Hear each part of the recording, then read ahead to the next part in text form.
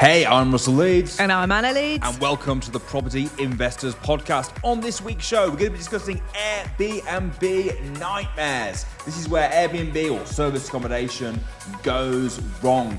Quick disclaimer, I actually do think Airbnb service accommodation is a fantastic strategy. If you've watched the show and heard myself and Anna discuss it, we make a lot of money from service accommodation, we make a lot of money from Airbnb. So I think it's amazing. However, it does sometimes go wrong. First story that pops into my head, one where we were together actually. Do you remember when we were in Birmingham? Yes. So we're in Birmingham. I get a phone call from the guest, probably about 5 o'clock. They've just checked in. They ring me up. They say, Russell, they actually did know me because they've been guests before, which made it slightly better. Yeah, I do think that helped. Yeah. They were like, Russell, we've just checked into your property. It's an absolute state. The beds haven't been changed. There's rubbish in the bins. It just clearly hasn't been cleaned. So I'm like, oh no. I personally hate this sort of call as well. Yeah. It's like the worst. If you've got a normal guest, sorry, not normal guest. If you've got a normal tenant, and that's never going to happen, first of all. But if there is a problem, it's their home. They take some responsibility. When it's a guest, they expect you to do everything, right? Yeah. So I'm like, oh. So I ring the cleaner, ringing, can't get through. I'm like, oh my goodness, what am I going to do? So I start ringing other cleaners. I'm like Googling cleaners. After about an hour. And also, it wasn't just you. There was 4 of us, wasn't there? All ringing cleaners. After about an hour, I'm like, guys, we're going to have to go and clean this ourselves. Now, luckily, we were with a couple of friends. One of our friends used to be a cleaner, so I very much threw the onus on her. So we drive down to the property. As the 4 of us, we're like, really sorry. We get in there. I didn't do a lot, I'm not going to lie. No, I think you were the most unhelpful. It's not really my bag. But you kind of chatted.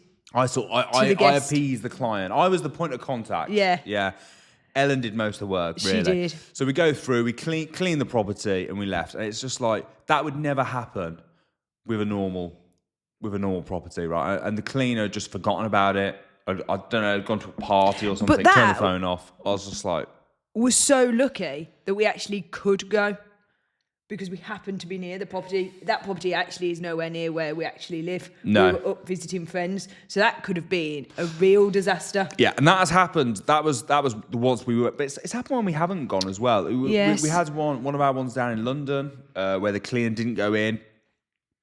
Guest turns up, no clean. That is the worst nightmare. That is. And that's why we always go on about make sure your cleaner is amazing, because I think if the cleaner gets it wrong, it does cause all sorts of problems. It's a big one if you've got an unreliable cleaner. Yeah, it's across our portfolio, it's probably happened to us over the last couple of years, about 5 times? Yeah. Probably. So it's not like it never happens. It does occasionally happen.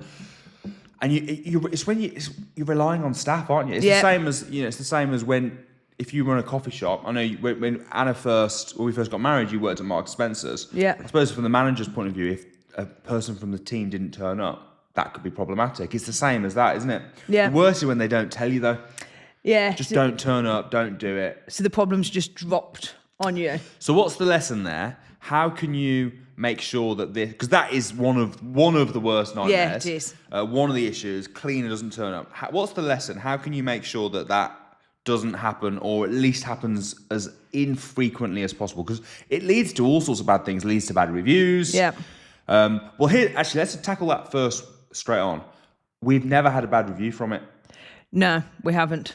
Because I think if you deal with it in the right way, so how we normally deal with it, obviously we apologise immediately, right? So if they ring you up, I'm really, really sorry to hear that. Let me try and get hold of the cleaner straight away and I'll sort it out for you. And then the other thing that we do, if it does inconvenience them, so I've said, look, leave the property, go, there's a restaurant on the corner, we'll give you 50 quid to cover your restaurant, we'll get the cleaner in and we'll sort it. So then it suddenly goes from, oh, they've absolutely screwed me over, to, okay, they made a mistake, really but look how reasonable. I've even had, because it happened not that long ago, didn't it? And I showed you the messages. It was sort of in December, so a couple of months ago. And I showed you the messages, and she's thanking me. Yeah. You're such a man of integrity. Thank you so much. Right. Because I think people realise that stuff is always going to go wrong. There's always stuff going to go wrong. But if you deal with it in a good way and you deal with it well, if anything, it actually builds customer trust. Yeah. Because then it's like, when something goes wrong, this is how well they deal with it. Also, I think if you put your hands up and say, look, I'm really sorry, it's a good principle, isn't it? Because like they say, if you're really angry at someone and you go in all guns blazing, which in these cases, people they start off quite because they're going on holiday and they expect better, and they can be they don't ring up all nice going, hello, just to let you know, your property wasn't clean. They're like, I've arrived, I'm furious. If you go, look, so sorry, our fault, it does diffuse it, doesn't it? It's hard to then keep having a go at someone who's saying sorry. Yeah. And so I always think if you say sorry first, it puts them like, oh, I've got to calm down a bit now because they've said sorry, they've taken ownership and they're trying to fix it. And I do think it stops those awkward conversations quite quickly, and it diffuses it. Yeah, I agree. I think it totally diffuses it. You always apologise. If you get all if you get argumentative, it just escalates. So you just want to apologise straight away. Sorry, totally our fault. We'll get onto this straight away. And then you do find that most people then are very, very reasonable. So after that, I don't think we've had anyone hence why we've had no bad reviews. Yeah. Everyone's been very understanding. Another question I always ask, once you've apologised and you've said, look, so the first thing is to get a cleaner in, isn't it? But once you've sorted it, another question I always ask, and I sometimes suggest something like I suggested the sending them to a restaurant, right? If something comes to mind, but if it doesn't, I literally ask the question, what can I do to make this right? Yeah. And then often they'll be like, the fact that you're trying to make it right is often enough. Yeah. They're like, oh, look, don't worry about it. You've done a great job. Or they might say, well, we'd appreciate a 10% refund. No problem. I'd rather give the 10% refund, the 20% refund, the 50% refund than have an unhappy guest leave me a bad review. Because in this game, reviews are everything. Yeah. And then, not the Birmingham one, but the other time it happened, the woman did just say, didn't she, look, I just want to go and stay in a hotel instead. And we just refunded Can I just have a refund? Yeah. And we were like, yeah, because then she didn't leave a bad review because she was just like, cool, you refunded me. I just want. Well, she was the one that thanked me. That was the one recently that thanked me. Yeah. So that's the first thing. Your clean doesn't go in. So that's how you deal with it if it happens. What we do now, obviously, we've got a channel manager. So what that means is all our bookings go on one diary, and the cleaner has access to the diary, and you can set up reminders as well. But I personally, what I like to do on a check-in day is every morning I look in, who have I got checking in today? And I just give the cleaner a call. Just gives me peace of mind. Yeah. Give the cleaner a call. And the only time it's ever happened is where I've broken I haven't bothered to do that. And I've kind of got complacent. If you give the cleaner a call in the morning, if you've got staff, you do this. You check their staff at the end of the day. You check in with your staff. Give them a call in the morning.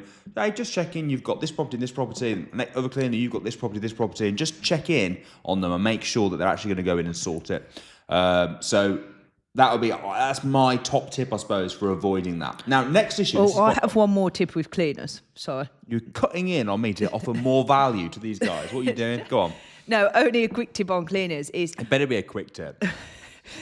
Don't have a cleaner when it's just a one-man band. Yeah, that's a bit sexist, though. Could be a one-woman band.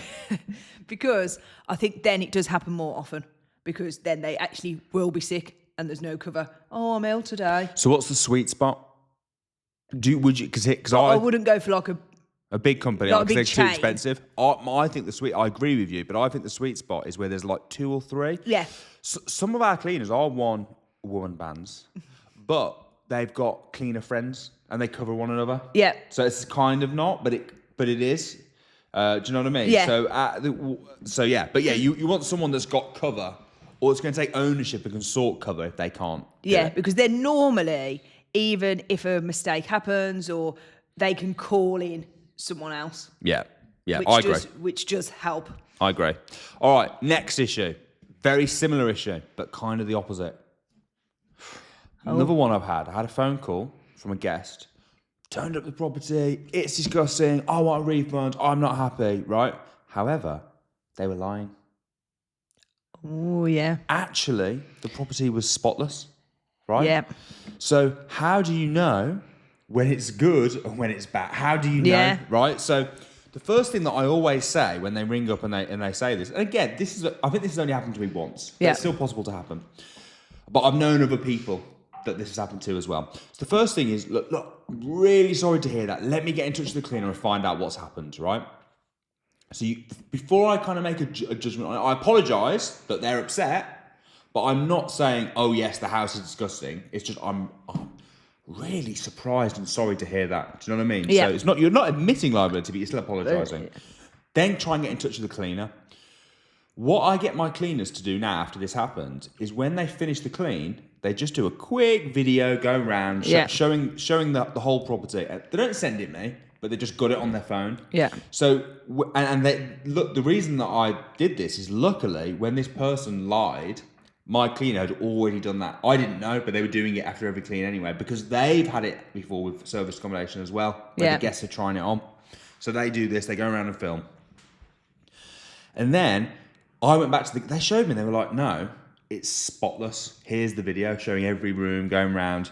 So I went back and said, I'm really confused. You said it's disgusting, but my cleaners just sent me this video. Look, it was done this morning. Here's the video of what it looked like. And they were like, don't worry about it, forget it. And I'm like, if it really was messy, you wouldn't say don't worry about it, forget it. If it really was messy, you'd be like, no, look at this. Here am I's video back proving it. But they didn't. That's how I knew they were lying. I just thought, isn't that interesting? Some people will try it on to get a refund. So would you, in that situation, do you think best bet is just to not accept it and to go back to them and go, no? In a very nice way, I was more like, oh, I'm really confused because the cleaners just sent me over this from this morning. Is this different to what you've got? Don't worry about it, forget it. Do you think it's best to go about it like that or just to customers always right and refund them anyway? No, I would do what you did.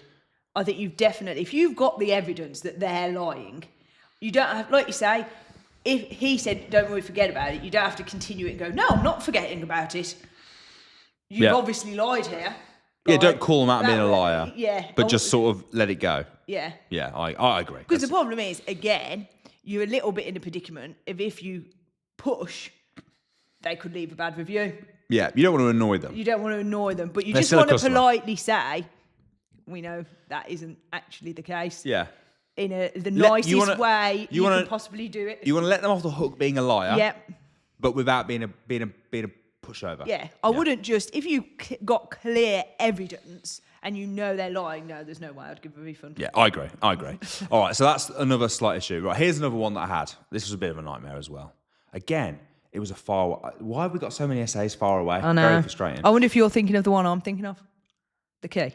Yes. Ah, yes. Right, so guest turns up, cleaner's been in, cleaned it, no issues, fabulous job, as usual.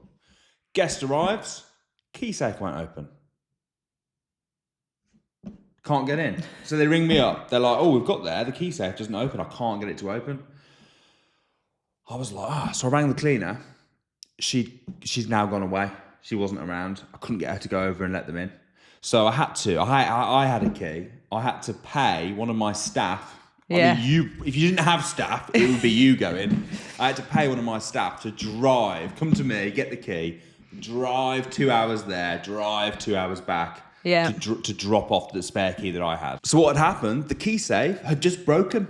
This does sometimes happen. They're outside in all weathers. They've been there for a couple of years. It just broke. Yeah. So what did you do? I had to get a handyman to go out and fix it. And what I did, and this is the lesson, I should have done this in the first place, stupid, but I now have 2 key safes at every property. So I've got the one visible that they know about, and I've got a hidden one somewhere else. So that one I've put near the bins, but wherever you want, you can hide it around the back, wherever it is, a hidden one somewhere that you're not planning on ever using, but it's just there in case of an emergency. So if this happens and they ring me up, I can say, look, there is a spare key safe. Describe where it is, they can go and get it. So yeah, that was a nightmare. That could involve driving up and go on. We've also had it where it hasn't broken, but the guest has accidentally forgot to put it back in. Yeah. So then that actually came in handy because we have used that since, where they've had to use the second key safe because They have. We've had to use it a couple of times. Yeah. That happens less than you'd think. I thought that would be a big issue. That's never been an issue. I mean, it has happened. But considering the amount of years. Considering, it's never really been an issue. I've always thought, though, do you know if they take the key, like, did we chase them to get that key back? Or No, they put it back in. They didn't leave. They checked out late, hadn't they? And they'd gone out. That the one time. It's only happened once. Yeah, it's only happened once. Yeah, but they put it back. Okay. They did put it back. But yeah, so there you go. There is another potential problem. Key safe breaks. How do they get in? Answer is have a separate key safe. Or we've got a hotel in Cambridge, and we were just talking about this yesterday. Yeah. We've used a company called Newkey, and what it is, it's each door has got like a keypad code on, and it auto generates a new code for their every check-in. So when they book for the channel manager, it generates them code. It then sets the code for the time that they are booked. So at 3 p.m. or whatever your check-in time is until 11 a.m. on the day they check out, the key will the code will work with the one that they've been given. And then as soon as they've finished, it's gone. It's now the next code for the next guest. And you've got like a master code for the cleaners that they can use every time. Which is quite cool as well, because then you can visually see the cleaners being in. Yeah. I personally think that's brilliant. I think we when we were away once in Copenhagen and went to an Airbnb, they had that. It's the first time I'd seen it. And I just thought that revolutionises it really, doesn't it? Yeah. Like, we kind of want to work around our properties, putting them in, because I think it's just brilliant. Let's stop messing around with keys and key safes. Like, let's just have codes to get in. I agree. I think it's safer, and I think it's just easier. Oh, it's much easier. It's much easier. Yeah. It means you've got no headache, no worry about lost keys, no worry about broken key safes. Yeah, and I think works. if you can make them as easy as possible, and that, I think, revolutionises the key safe. Yeah, I agree. It does cost a bit more. Yeah. So, it might be something once you've got your SA up and running, it's making money, you can justify it. Yeah. At our hotel, it's costing us about $8,000. Yeah, it's not cheap, is it? No, well, that is for like 26 rooms, but still, it's a lot cheaper if you're just doing one. But it's not super cheap. Yeah, it is expensive. All right, here's another one. This is a weird one. I've never had before. I've never had since. Don't expect to ever have again. One time special. So we've got one of our SAs is a 3-story house. And the cleaner went in and the This is a funny one. Had took the 2 single beds from the 3rd story, 2nd story, ground floor, but the top floor anyway, and brought them down into the living room downstairs. Yeah. That is very odd. And the cleaner had to go and get a friend of hers to help her carry them back upstairs. I was just like, what on earth? Yeah. Why would you do that? Like, what was going for? Who sits there and thinks, there's a bedroom upstairs? Yeah, I don't really like a bedroom. I know what I'll do. I'll carry the 2 beds down to the living room. The only thing I can assume is that it was 4 people and like 2 of them were like elderly. And they didn't want to walk up and down the stairs. So the other 2, this just dawned on me just now. The other 2 brought the beds down. It's the only thing I can think of. But you'd take them back up, wouldn't you? You'd either take them back up, or if it was that bad, they can't walk the stairs to bed, you would think you'd just book somewhere appropriate, wouldn't you? Yeah. Like, and maybe don't do Airbnb, maybe go to a hotel that you can catch a lift. Yeah, you think so. It seems a bit odd to go to an Airbnb and then have to move the beds down.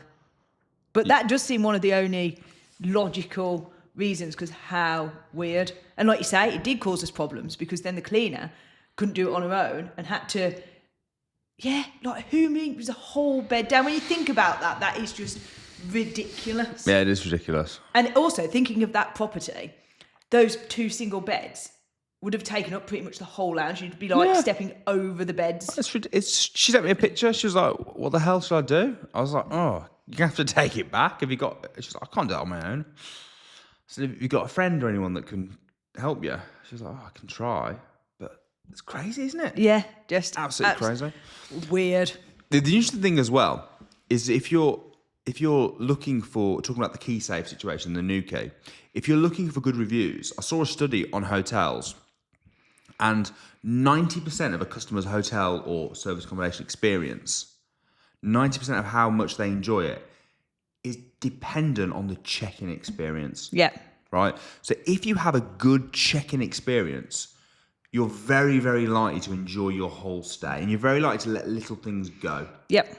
If you have a bad check-in experience, it doesn't matter what they do, you're going to be unhappy, right? Because you're off on the wrong foot. Yep. Right, it's like first impressions. Oh, yeah, I totally agree, because I know I'm very led by first impressions when I go somewhere. Yeah, so it's really important that you get your check-in experience good. And if it's not, like, if you've got, it's pretty much the same, isn't it? It's like you've got a key safe, but you don't want them not able to find the key safe.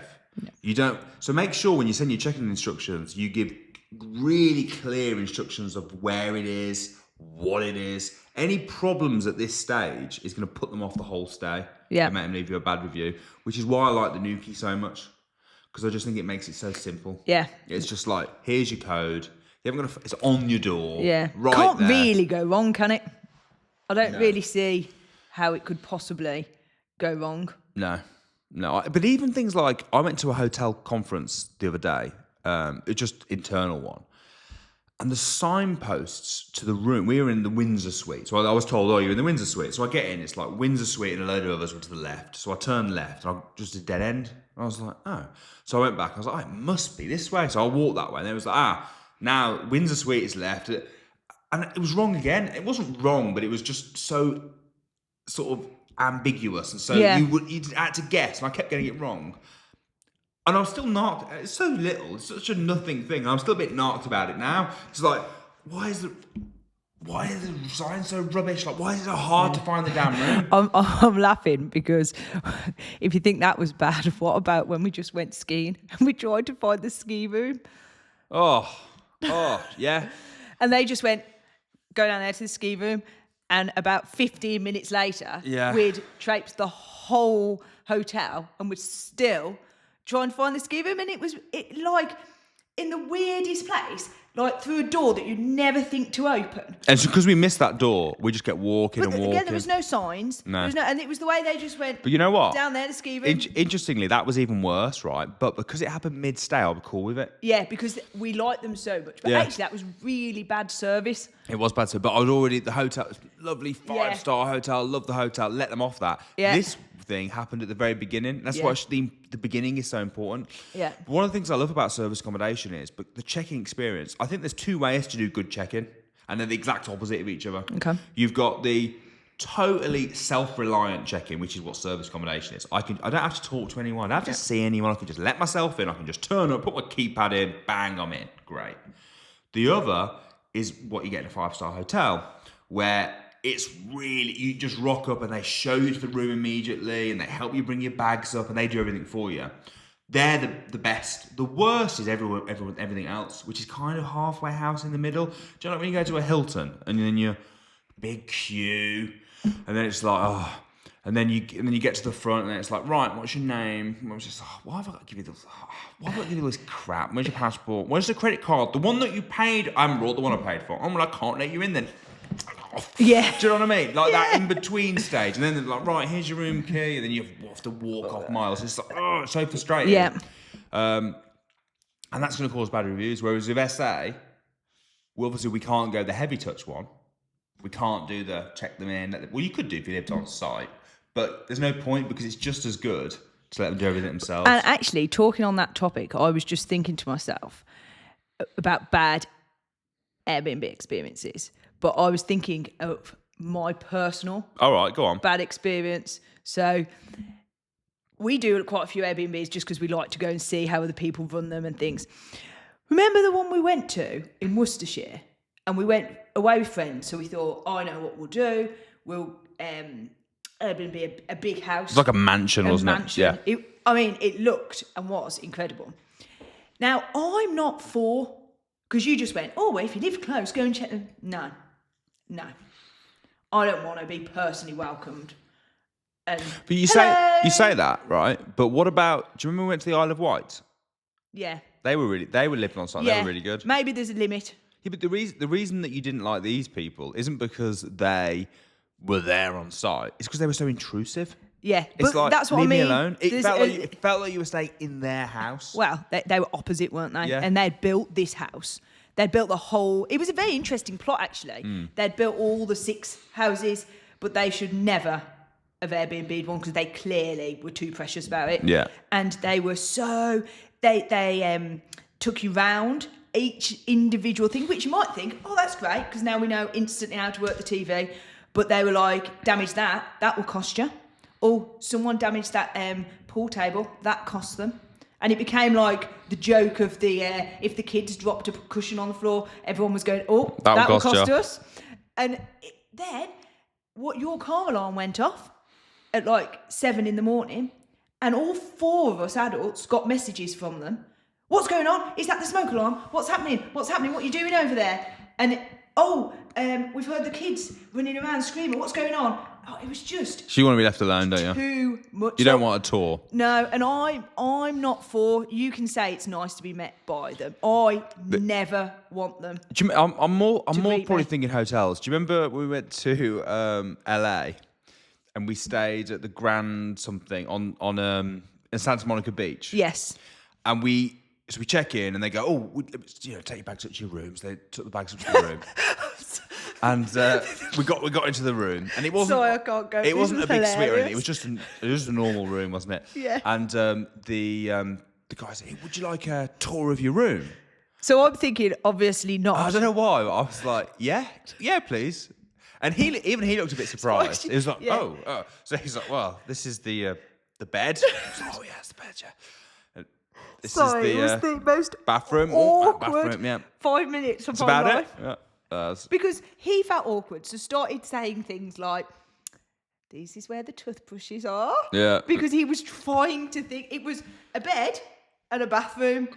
How much can you say? But because you'd asked for a tour, he felt obliged to start saying, "Oh, it was and quite there's some funny. soap," and we just awkwardly stood there like, right. And then he was like, "Well, that's the tour over." Well, thank you very much. Yeah, no, it was quite awkward. I don't know why I said it, but yeah. So I think they're probably, unless you can think of anything else, I think they're probably the worst things that have happened to us with our Airbnb business. Yeah, I don't. So it's not that bad now. It's not that bad. Overall, it's very, very good. It can be a bit stressful. When a client calls you, they're stressed, something's gone wrong, you're not there, you've got to deal with it, you've got to sort it out. I tell you, there is something else we've had. We've had certain problems, like we had the boiler broke at one of our properties. Yeah. Boiler broke, there was no heating. And again, all you can do is back to the original thing. If something does go wrong, all you can do is apologise, and how can you make it right? So with them, we got a plumber in straight away. And then we refunded them the days that the boiler was broke. And they were really happy. Because again, I said to them, what can I do to make it right? That's what they suggested. We did it. Because they went and stayed in a Premier Inn, I think, while there was no heating, so they could shower and stuff. So stuff does sometimes go wrong with the house. Can be stressful, but if you deal with it with a good customer service way, apologise, don't get into an argument with them, even if they're lying and messed it up. Always apologise first. Investigate it, sort it as fast as possible, and ask the question: what can I do to make it right? If you do that, you're not going to go far wrong, and you will make a lot of money. And most of the time, it's pretty easy to manage and pretty good. Only the odd time that you have some of these Airbnb nightmares. But I hope you enjoyed the show anyway. I'm Russell Leeds. I'm Anna Leeds. And we'll see you next week.